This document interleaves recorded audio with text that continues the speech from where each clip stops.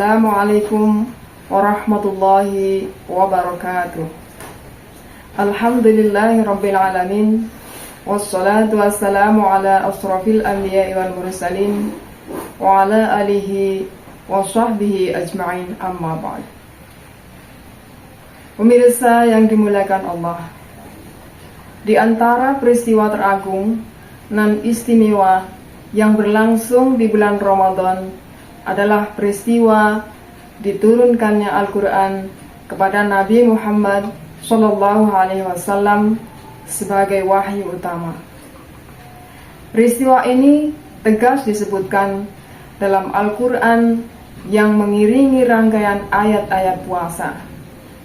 Jika kita baca ayat-ayat itu, kita temukan dalam ayat ke-183 sampai dengan 187 di surah Al-Baqarah, surah kedua dalam Al-Quran, tepatnya pada ayat 185. Allah tegas menyampaikan, berfirman, Bismillahirrahmanirrahim, Syahrul Ramadan alladzi unzila fihi al-Quran hudan lin-nasi wa bayyinatin minal huda wal furqan.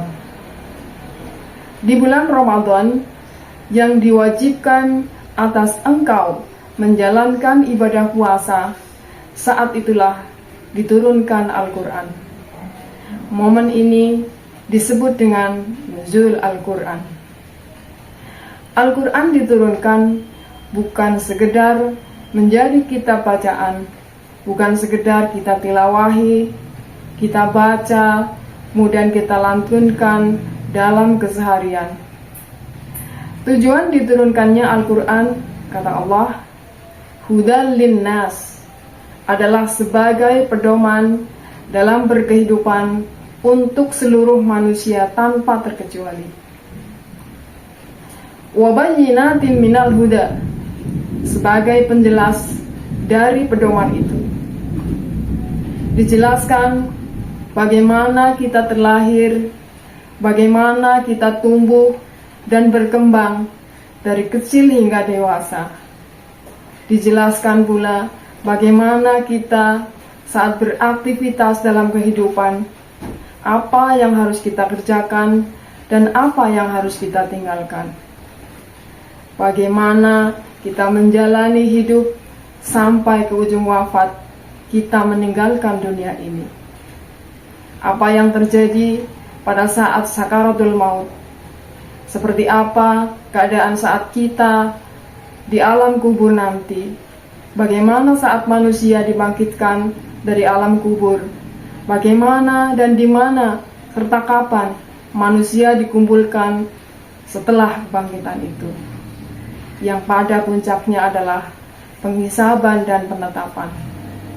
Apakah mendapatkan rahmat dan ridho Allah Subhanahu wa ta'ala, kemudian ditempatkan di surganya Allah, ataukah ditempatkan di tempat hukuman yang kita kenal dengan neraka itu. Itulah Al-Quran. Jadi pada saat Allah memperkenalkan kita dengan Al-Quran, mukjizat teragung yang melekat pada kerasulan Nabi Muhammad SAW, pada saat itulah kita diajari bagaimana tata cara berkehidupan. Al-Quran bukan sekedar mukjizat. Al-Quran adalah manhaj.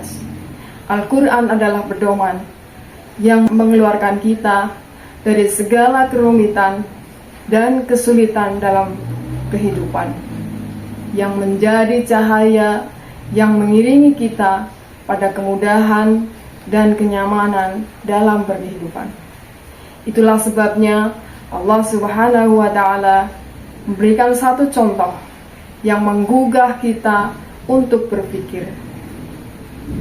Satu kaum yang pada saat itu terjadi satu komunitas yang sangat buruk. Segala bentuk kriminalitas terjadi. Perampokan, perzinaan, pembunuhan, tipu-menipu, mabuk-mabukan. Saat itu disebutlah kaum jahiliyah. Maka apa yang terjadi? Allah Subhanahu wa Ta'ala tidak mengembalikan tongkatnya Nabi Musa alaihi salam kepada Nabi Muhammad sallallahu alaihi wasallam atau menitipkan mukjizatnya Nabi Isa alaihi salam. Tapi Allah mengirimkan satu pedoman yang ideal tentang tata cara berkehidupan yang baik untuk merubah komunitas yang buruk itu, sehingga dari masyarakat jahiliyah menjadi khairu ummah. Hati yang keras berubah menjadi lembut, pencuri berubah menjadi dermawan. Semua itu karena Al-Quran. Pemirsa yang dirahmati Allah, jika kita simpulkan tujuan diturunkannya Al-Quran sebagaimana ditegaskan Allah dalam surah Al-Baqarah ayat 185 adalah: yang pertama, hudal linnas, sebagai pedoman bagi seluruh manusia. Yang kedua, wabayyinatin minal huda, sebagai penjelas dari pedoman itu. Dan yang ketiga, wal furqan, sebagai pembeda, membedakan antara yang baik dan yang buruk. Dengan momen nuzulul Quran, mari kita tingkatkan interaksi dengan Al-Quran. Mudah-mudahan kita termasuk golongan ahli Quran, diterangi di dunia, diberikan cahaya di dalam kubur, dan diberi syafaat di akhirat kelak. Semoga bermanfaat. Mohon maaf apabila banyak kekurangan. Barakallahu fikum. Wassalamualaikum warahmatullahi wabarakatuh.